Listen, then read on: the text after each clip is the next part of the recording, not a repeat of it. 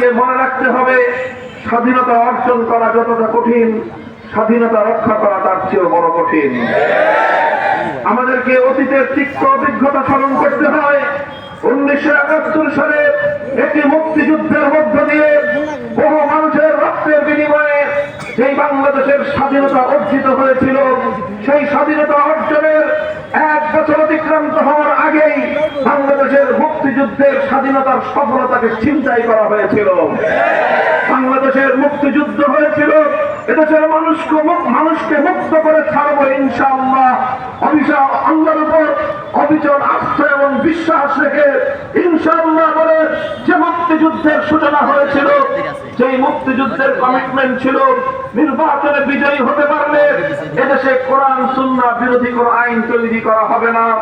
এভাবে জালিমের বিরুদ্ধে মুসলিমের লড়াই আখ্যা দিয়ে ইসলামের দৃষ্টিতে মুক্তিযুদ্ধে ঝাঁপিয়ে পড়ার বিধান নিয়ে যে মুক্তিযুদ্ধ শুরু হয়েছিল, সফলতা অর্জন করার কয়েকদিন পর পার্শ্ববর্তী একটি রাষ্ট্র থেকে প্রেসক্রিপশন আকারে লিখে দেওয়া সেই তাদের প্রেসক্রিপশন, তাদের প্যাম্পলেট, তাদের লিফলেটকে সংবিধান আকারে বাংলাদেশের মানুষের উপর চাপিয়ে দেওয়া হয়েছিল।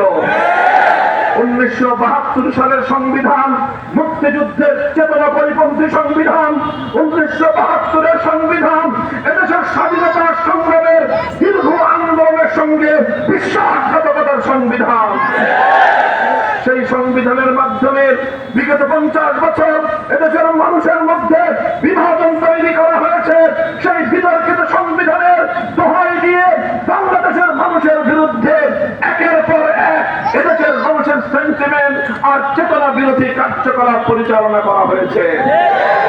কাজেই সেই কথা স্মরণ করিয়ে দিয়ে আমি বলতে চাই, আজ বিজয়ের মাস পূর্তিতে বৈষম্য বিরোধী ছাত্র আন্দোলনের পক্ষ থেকে ঘোষিত আজকের শহীদি মার্চের প্রতি বাংলাদেশ খেলাফত মজলিসের পক্ষ থেকে সংহতি প্রকাশ করে আমি বলছি, হে ছাত্র জনতা, তোমাদেরকেও সোচ্চার এবং সজাগ থাকতে হবে। ইসলাম প্রিয় জনতা, হেফাজতে ইসলামের নেতা কর্মী, এদেশের আলেম সমাজ, ইমাম সাহেবান, ধর্মপ্রাণ মুসলমান, আমাদেরকেও এই আধিপত্যবাদ বিরোধী, বৈষম্য বিরোধী ছাত্রদের কাঁধে কাঁধ মিলিয়ে বাংলাদেশের 5ই আগস্টের অর্জিত বিজয়কে সংরক্ষণ করতে হবে। মনে রাখতে হবে, আবার 1971 মতো আমাদের এই দ্বিতীয় স্বাধীনতাকে ছিনতাই করার জন্য একটি কুচক্রী মহল উঠে পড়ে লেগেছে। তারা আবার এই সুযোগে নতুন করে বাংলাদেশকে ইসলাম বিরোধী ধারায় পরিচালিত করবার পায়তারা চালাচ্ছে। ট্রান্সজেন্ডার সহ পশ্চিমা বিশ্বের অসভ্য অশ্লীল বিভিন্ন কার্যকলাপ আমাদের শিক্ষা ব্যবস্থায় প্রবিষ্ট করে বাংলাদেশে একটি নাস্তিকবাদী প্রজন্ম গড়ে তোলবার পায়তারা চালানো হচ্ছে। আমরা দেখেছি আগস্ট বিপ্লবের বৈশিষ্ট্য ছিল এই জাতির মধ্যে একটি অভূতপূর্ব ঐক্য এবং সমন্বয় গড়ে উঠেছিল।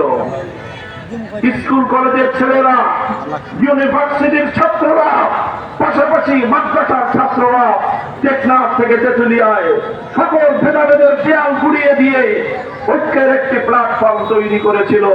এই ঐক্যই আগস্ট বিপ্লবের ভিত রচনা করে দিয়েছিল। কাজেই আমাদেরকে সতর্ক থাকতে হবে। বিগত 50 বছর এই পতিত স্বৈরাচারী শেখ হাসিনার রাজনীতিটাকে যদি আমরা একটু গভীরভাবে বুঝবার চেষ্টা করি, তাহলে দেখব শেখ হাসিনার রাজনীতির প্রধান দুটি বৈশিষ্ট্য ছিল। 1 নম্বর ছিল প্রতিশোধের রাজনীতি, 2 নম্বর ছিল বিভাজনের রাজনীতি। 1975 সালে শেখ হাসিনার বাবাকে বাকশাল গঠনের কারণে এবং 30,000 মায়ের বুক খালি করে 30,000 যুবককে খুন হত্যা করার কারণে এদেশের মানুষ ফুঁসে উঠে 1975 সালের আগস্টের অভ্যুত্থান করেছিল। সেই 15ই আগস্ট অনেক নিরপরাধ মানুষ, নারী শিশু হত্যা হয়েছে। যে হত্যাকাণ্ডের সমবেদনা আমরা প্রকাশ করি, কিন্তু তার অর্থ এই নয় যে বাকশাল কায়েমের বৈধতা বাংলাদেশের মানুষ দিয়ে দিয়েছিল। তার বাবা 3.5 বছরের জুলুম এবং নির্যাতনের পরিণামে 15ই আগস্ট ঘটিত হয়েছিল। 15ই আগস্টের পর শেখ হাসিনা আন্তর্জাতিক গণমাধ্যমে ঘোষণা দিয়েছিল, যে জাতি তার বাবাকে হত্যা করেছে, যে জাতি তার বাবার হত্যাকাণ্ডের কারণে মিষ্টি খেয়ে সারা বাংলাদেশের মিষ্টির দোকানগুলো ফাঁকা করে দিয়েছিল, সে এই বাংলাদেশের মানুষের কাছ থেকে প্রতিশোধ গ্রহণ করবে। এটা ছিল শেখ হাসিনার 1975 সালের ঘোষণা। 1975 থেকে 2024 সাল 50 বছরের শেখ হাসিনার রাজনীতি ছিল এই প্রতিহিংসার রাজনীতি।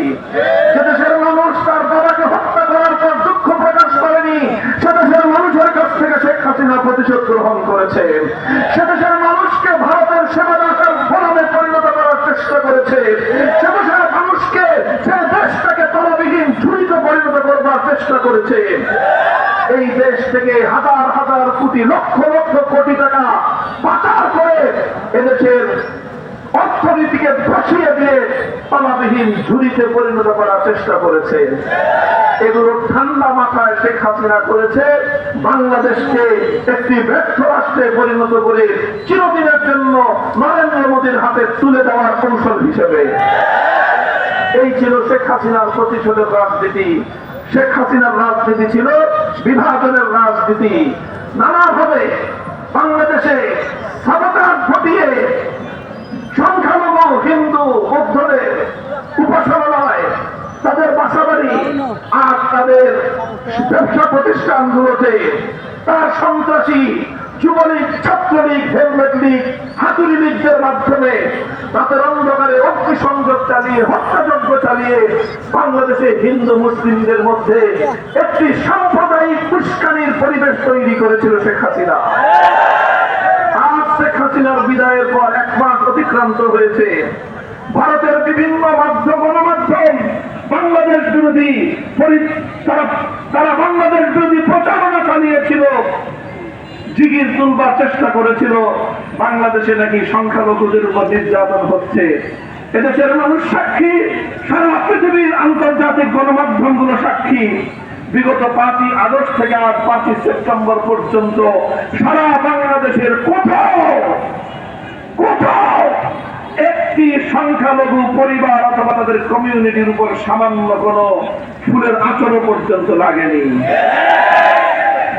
এদেশের আলেম সমাজ, ইসলামী সংগঠনগুলো ঐতিহাসিক ভূমিকা পালন করেছে। আমাদের মাদ্রাসার সন্তানের রাতের বেলায় নির্ঘুম থেকে পালারি করে মন্দির এবং চাকরির নিরাপত্তা নিশ্চিত করেছে।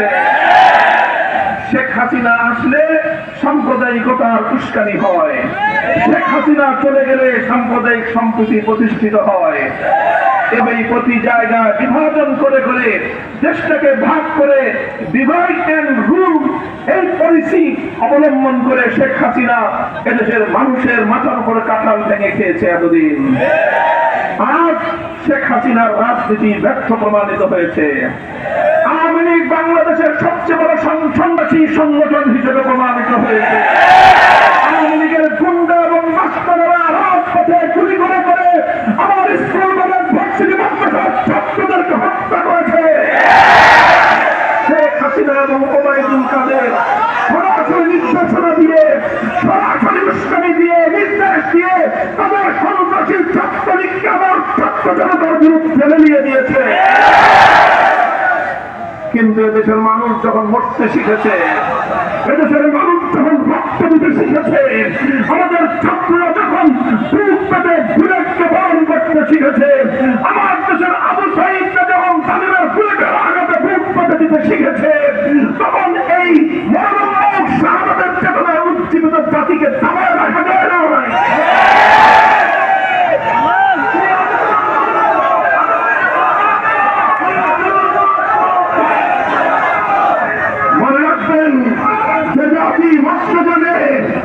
যে জাতি মরতে যাবে তাদেরকে কেউ মারতে পারে না।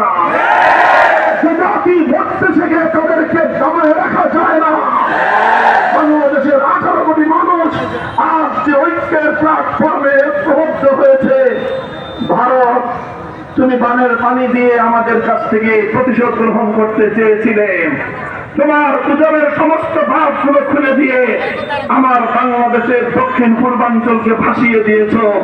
বাংলাদেশের মানুষ আরো ঐক্যবদ্ধ হয়েছে।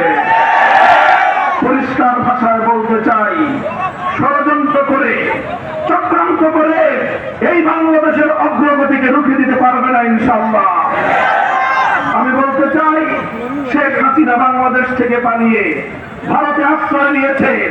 বিগত প্রতিটি জাতীয় নির্বাচনে ভারত সমস্ত কূটনৈতিক সৌজন্যতা উপেক্ষা করে বাংলাদেশের আভ্যন্তরীণ বিষয়ে অযাচিত হস্তক্ষেপের মাধ্যমে শুধুমাত্র তার শক্তি দিয়ে শেখ হাসিনাকে এদেশের মানুষের ম্যান্ডেটের সম্পূর্ণ বিরুদ্ধে গিয়ে মানুষের কানের উপর এই জালিম শাহীকে আশ্রয় দিয়েছিল ভারত সরকার।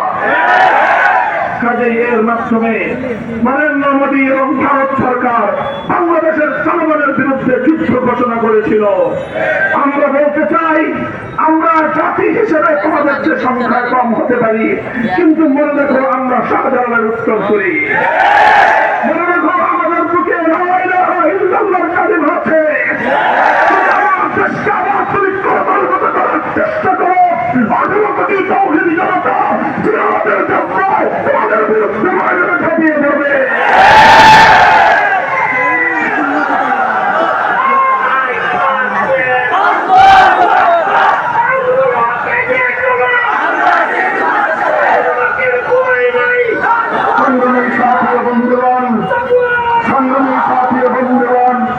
আখেরি পয়গাম হলে ভারত নরেন্দ্র মোদী তাদের প্রিয়জন শেখ হাসিনাকে আশ্রয় দিয়েছে।